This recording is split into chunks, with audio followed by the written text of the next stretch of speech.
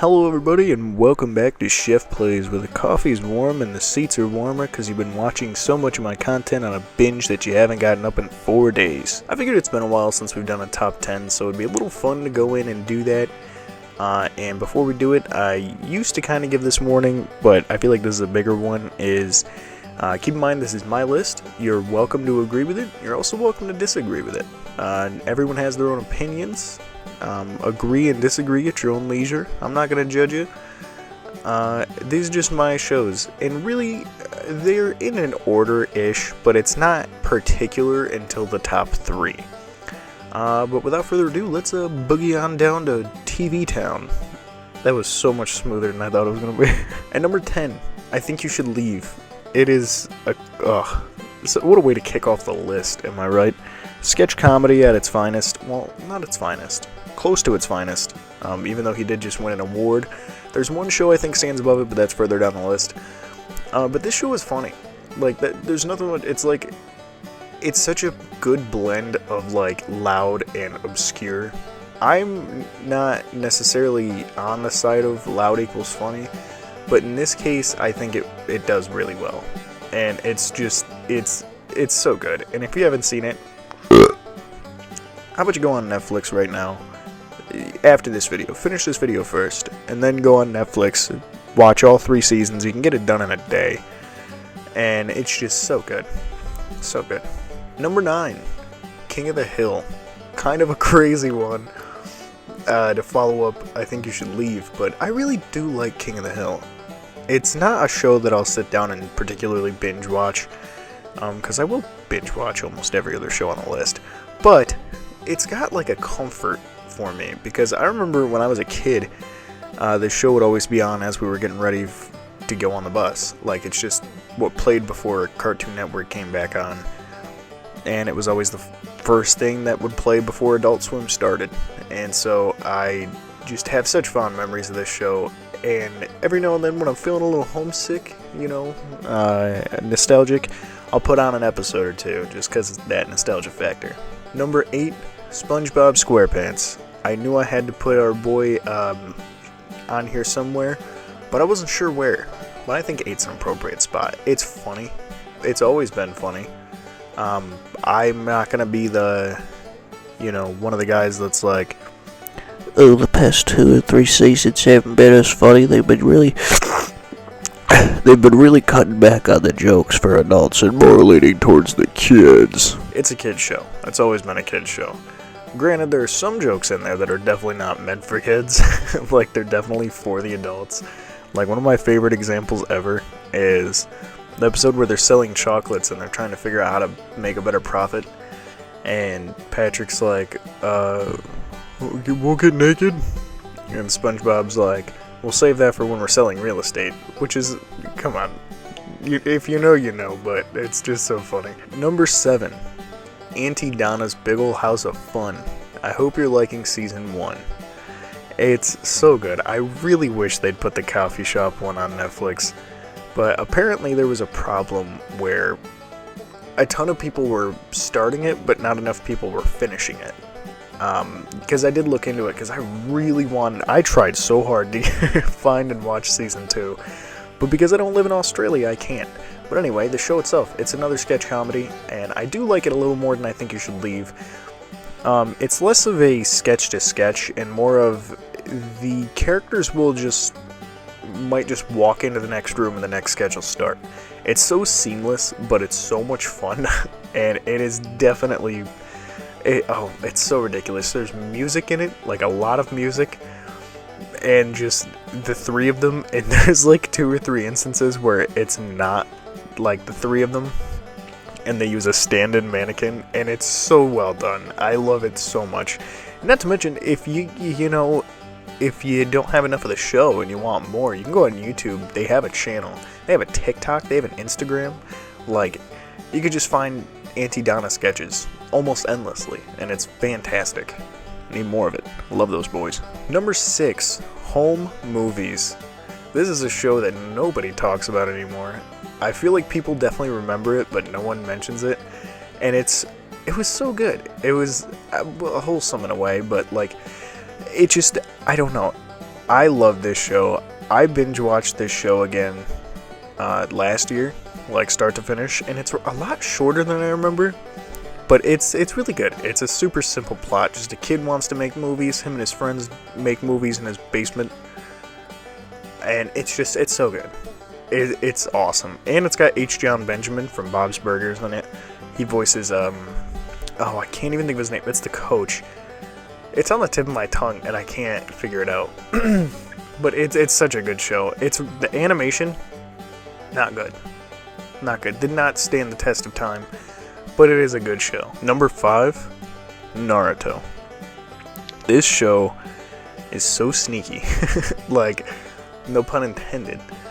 I started watching a little bit, and then before I knew it, I was like at the end of season 7.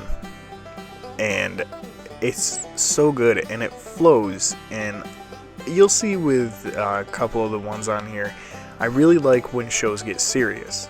I enjoy a little bit of humor here and there, but I love serious stuff in TV. Not straight up like CSI or Criminal Minds, although me and Seth like binge watched the entirety of that like 2 years ago. But it has those moments, and it's really nice. Number 4, Dragon Ball. Doesn't matter what series, doesn't matter what season, I love me some Dragon Ball. If you've been with the channel, you know that anyway. Like, I've played the games, there are a couple of them on here. I've talked about Dragon Ball numerous times.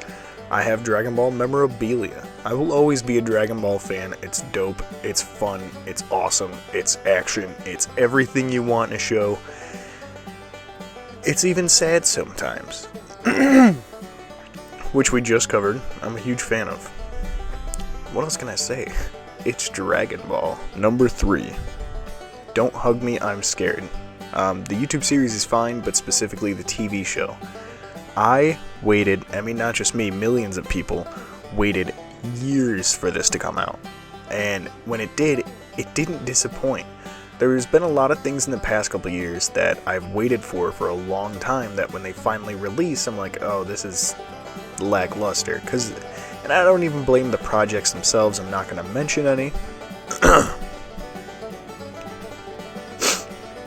not going to mention any, but this one was one that delivered 100%. Like, there was not one complaint I had with it.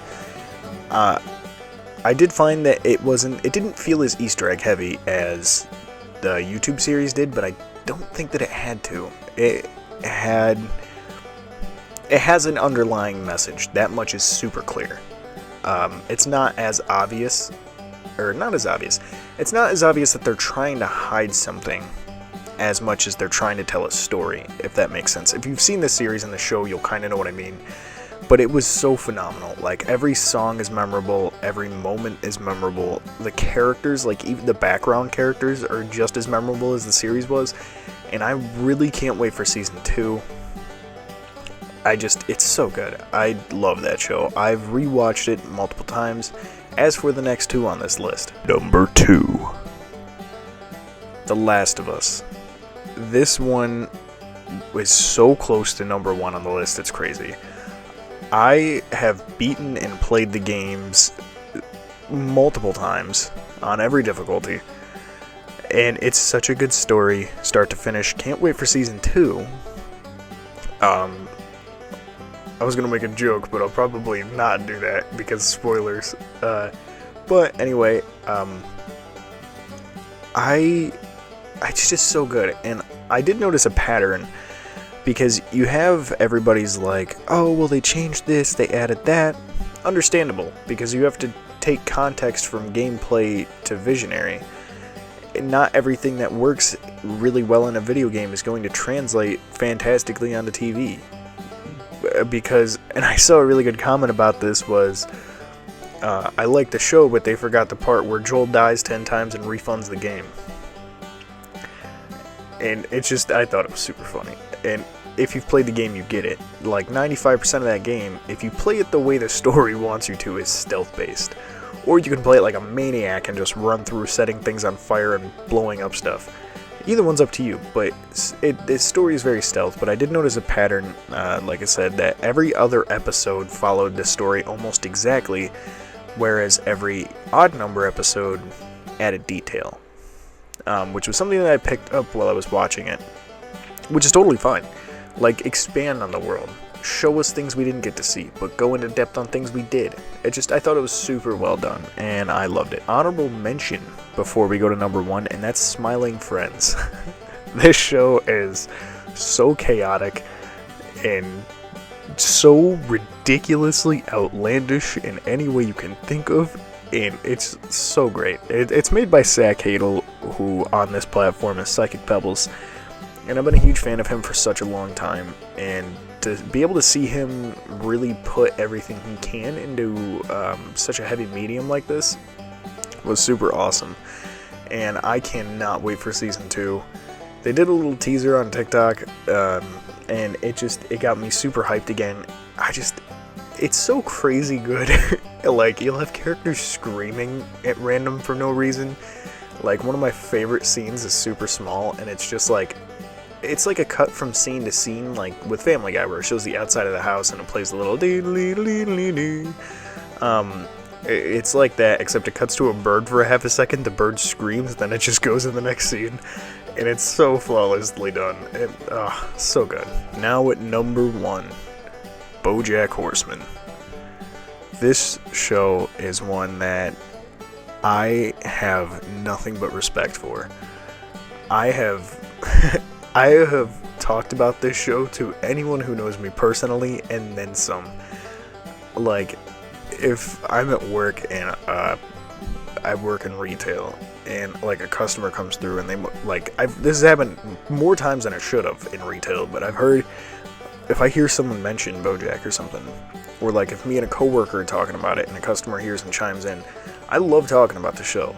It's so good. It's got humor, to ridiculous degree, but then it also hits really, really dark subjects, like real life subjects.